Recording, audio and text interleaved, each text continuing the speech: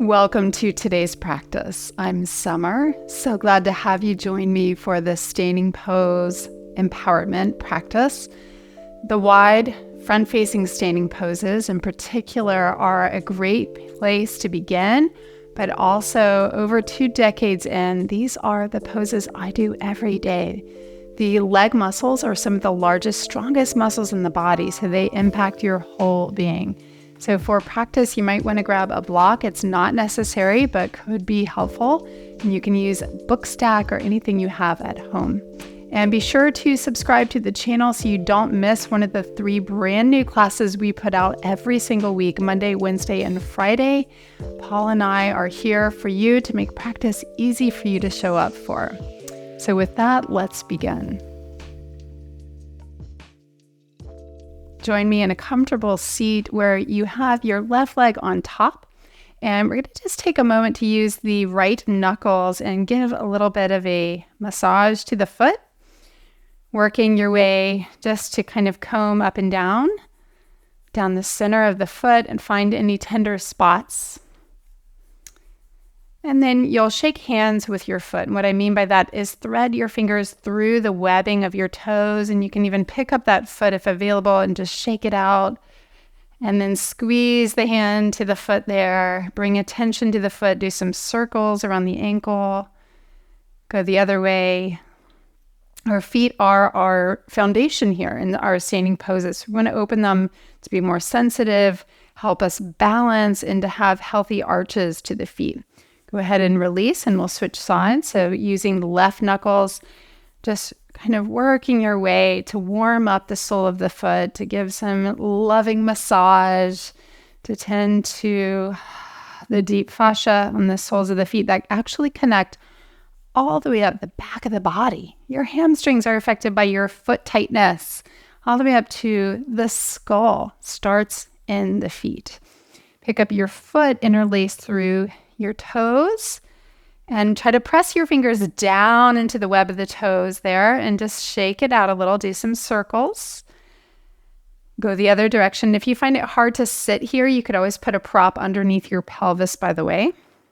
A little blanket fold can go a long way, or a couch cushion. And then just pause and squeeze. So you at the drugstore could get those 99-cent, or they used to be 99 cents, toe spreaders for when you paint your toenails, and wear them around the house 10-15 minutes a day. And those are your yoga toes. Go ahead and release. Bend your knees. Put the hands on the floor behind you so you can really see your toes here. Spread and lift all 10 toes, but don't lift any other part of the foot, meaning keep the big toe mounds down, the inner heel points down. Try to spread the fourth and pinky toes away. The toes connect to the muscles of your legs. So in particular, as you spread your pinky toes, you're activating the outer arch of the foot all the way up your outer shin, your peroneal muscle. And as you root down, the 4 corners of the feet, as I define here, are going to stay anchored as if you had a scale under them. So the big toe mounds press. Keep them down, inner heels press. Keep them down, pinky mounds press. So the outer edge of that top foot.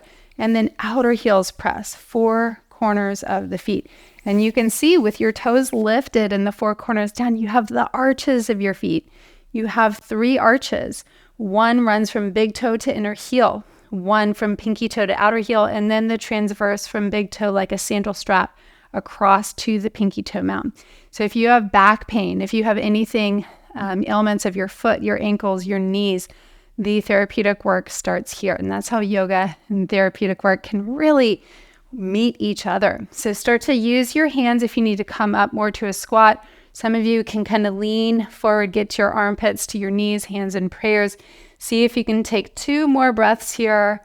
Get your toes to spread as they hover, 4 corners down, arches lift, and then press to rise. If that doesn't work out, find your way up to stand any way you need to. Now the block is placed over to the left side of the mat if you're using it. We're starting in mountain pose. The reflection of the feet is just what we did seated. I'm going to add another element here. If you draw a line across, your big toes line up. That matters because that gets your hip points lined up. That matters because it affects your spine and your back. Secondly, If you look at the second toes, you can even bend your knees and use your fingers, do what I'm doing. Draw a line across the base of second toe, across the top of the foot, side to side. That should be parallel, like a mirror image. This is your anatomical neutral. Some toes aren't straight, right? They might curve in over time. So we're going from the base of the second toe. Now take your arms wide, step your feet so your ankles land more or less under your wrists. If that's too wide, go ankles under middle of forearms. You can always modify it over time, open it up a little bit more.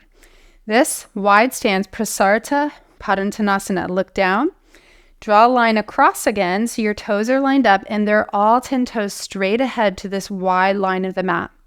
Feet rotation matters. It rotates your legs, affects your back. Press down with your hands on your hips. Lift up through your spine, even look up and roll your shoulders back. Take a breath here. Hug your leg muscles in and up. Keep hugging your leg muscles in and up. Keep the tone as you fold halfway down. And then bring your fingertips way out in front of you. And if that's hard, you can bend your knees. You could also put your hands on blocks. Don't let your toes turn out. Keep crawling the hands forward a little bit more. And then just sway a little side to side. Lift one hip a little higher than the other and shift your weight as you rock and breathe. One more time, rocking side to side, and then hold steady. Put a tiny bend in your knees, 1 or 2 inches at most. Dig your fingertips down into the ground and pull back through your hips. You've just created powerful traction in your hips. Even though your feet are wide, imagine pulling them together for a breath so you strengthen your inner thighs.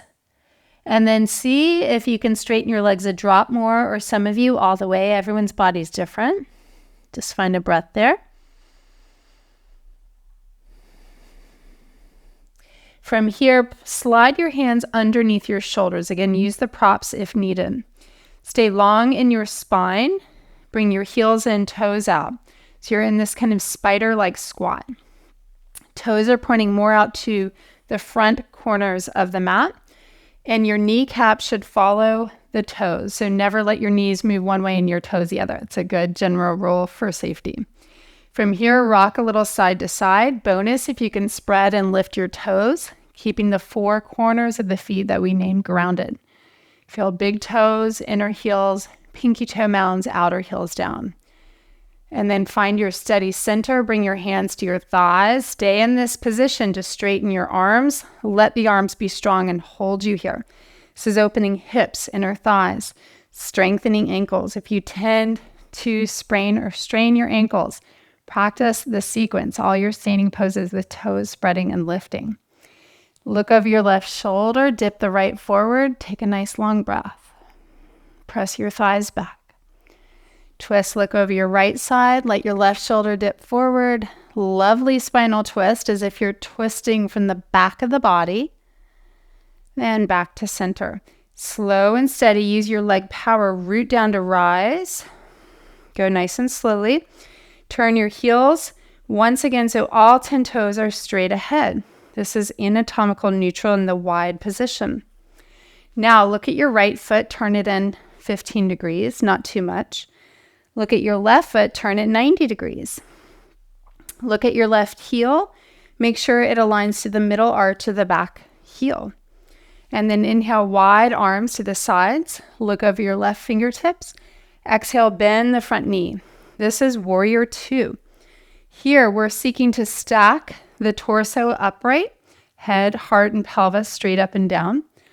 Arms like scales of balance equal to the sides. You don't have a mirror, so you're learning how to feel through space. Front knee is bending, knee over ankle, and see if you can spread and lift all 10 toes here. Breathe. It's a little fiery. Virabhadrasana 2. Vira means power or potency. So you are working. You're not alone. Now keep the form. Just bring your left forearm to your thigh, but don't dump into it. Push into that arm. And then sweep your right arm alongside the ear. Big stretch. You can even peek. Look up from the inner arm to the sky as you reach. And open the whole right side. As your right heel presses down like you're squashing a blueberry under it, Reach your fingertips out and away.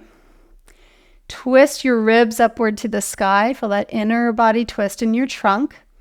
If you'd like to go a little more deeply, you can use your block behind your front left ankle, placing fingertips there at either height, high, medium, or low, whichever one works best.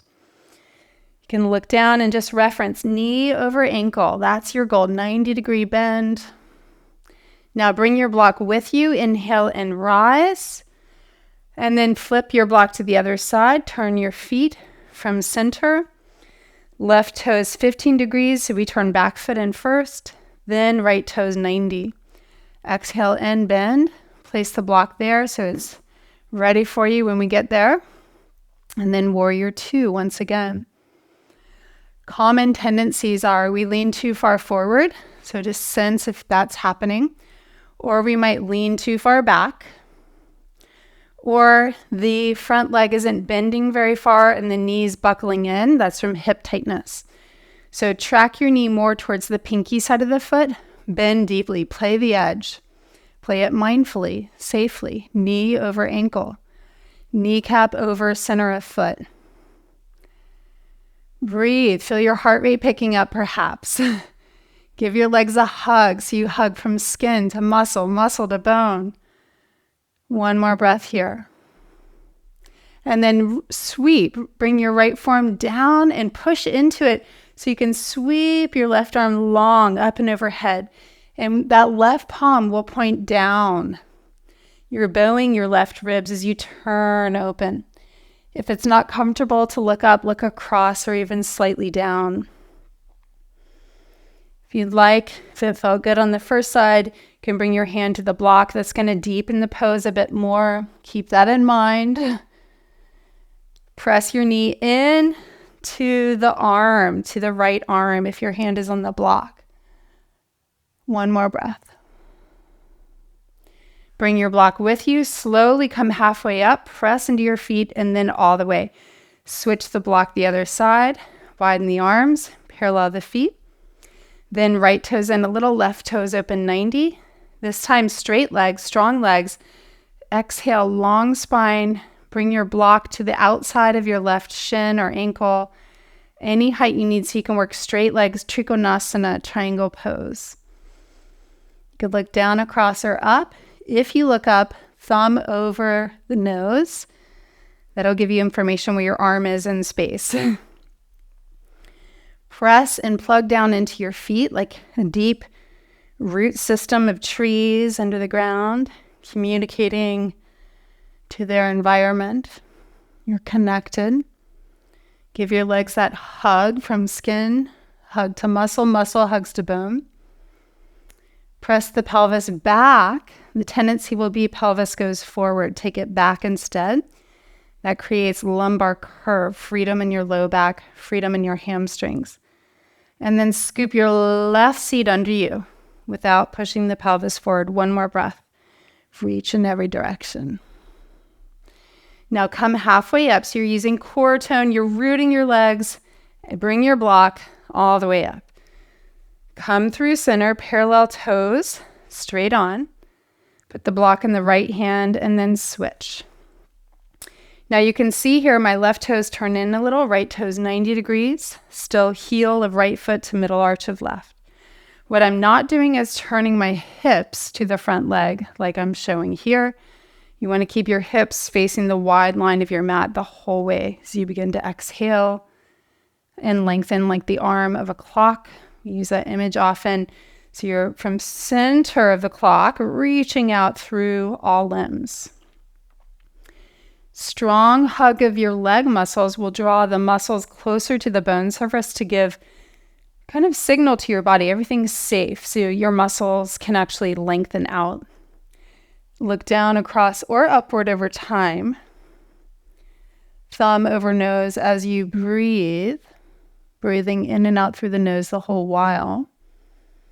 Maybe a smile on the face because it's deep work, but it's joyful work to open yourself up, to build strength, to build awareness of yourself. Press your thighs back. So that does mean stick the buttocks back a little more. And then anchor your right seat under and turn the right side of your body open more. Love triangle pose. With your next inhale, hold your block, come halfway up. So you're hovering, you're working core power, and then all the way up. Parallel your feet. Stay wide. I know you're burning. Turn your right foot in as much as you can. Then turn your left toes 90 degrees. And now we're going to shorten the stance. Bring your back foot in another maybe 3 to 4 inches. Turn it in as much as you can. And now square to the front of the mat with your hips and gaze. The block is here. We're going to lengthen and tip forward. And you can hold the block in front of your heart, or a little bonus, build some heat, reach it out in front. And then eventually you're bowing. I'm placing the block at the highest height, way out in front of the toes, in front of the mat. Parsvottanasana. Intense hamstring stretch here as you lengthen and bow your head. Plug into your feet. You'll feel the 4 corners of the feet down. See if you can ungrip your toes, spread them wide. You're getting into, again, these large muscles of your legs. Frees up so much energy in your body. One more breath. Pull your left hip back and under you towards the back of the mat and in. And then look forward. Take your time. Bring your block. Root down to rise up. Parallel your feet. Now you have a good idea of your stance. Turn your left back toes in as much as you can. When you can't go anymore, turn the right foot. Square the hips. Hold the block in front, begin to bow, and keep pulling your right hip, front hip back to the back of the mat and into the middle of the mat. Maybe reach the block out in front, eventually place it down. You can also do this with hands on the floor. You're just lengthening and draping your torso. Ungrip your toes, spread them, maybe lift them. Imagine stretching your mat apart like taffy, pressing your feet down and apart this time. A few more rounds of breath here. How you lengthen your upper body allows and helps to free up your lower body. Every part is connected like a big web.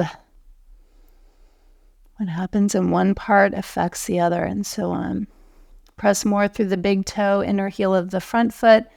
As you bring your block to your heart, press down to rise. Parallel your feet, and this time step in. Put your block down to the side. We're done with it. Pick up your right foot, shake it out. Nice floppy foot. And then press the top of the right foot down. Press more through the big toe. Then center foot. And then outer pinky side of foot. And release. Shake out the left. Floppy, floppy. Notice the difference side to side. Top of the foot down now. Put a little bend in your knees. Press more through the big toe side. This can be a hot spot. Press down the center. Press down the pinky toe side. Beautiful. And then both feet down. Again, feet are hip bone distance. Second toes parallel. Big toes across. Learn how to stand like this. We'll end here in Tadasana. Close your eyes. This is your grocery store waiting in line pose. This is in the kitchen cutting vegetables. You want to learn how to stand with even weight through both feet rather than putting weight on one foot or hiking one hip up. Over time, what we do every single day adds up to the moment, builds a life, a path. If you want to change your habits, you start small. Start with the foundation, how you stand. Start with giving your feet some love. Walk barefoot. Wear your toe spreaders. Massage your feet. Notice how you stand. You can join the hands to the heart. Bow to your efforts today. Practice does not end here. Bring it with you through everything you do. Every time you notice you're not doing it is a moment to celebrate your belling awareness. You have a choice to come back to being present, undistracted, to balance how you stand, how you breathe, how you're present for life. Thanks for being here, everyone. See you next time. Namaste.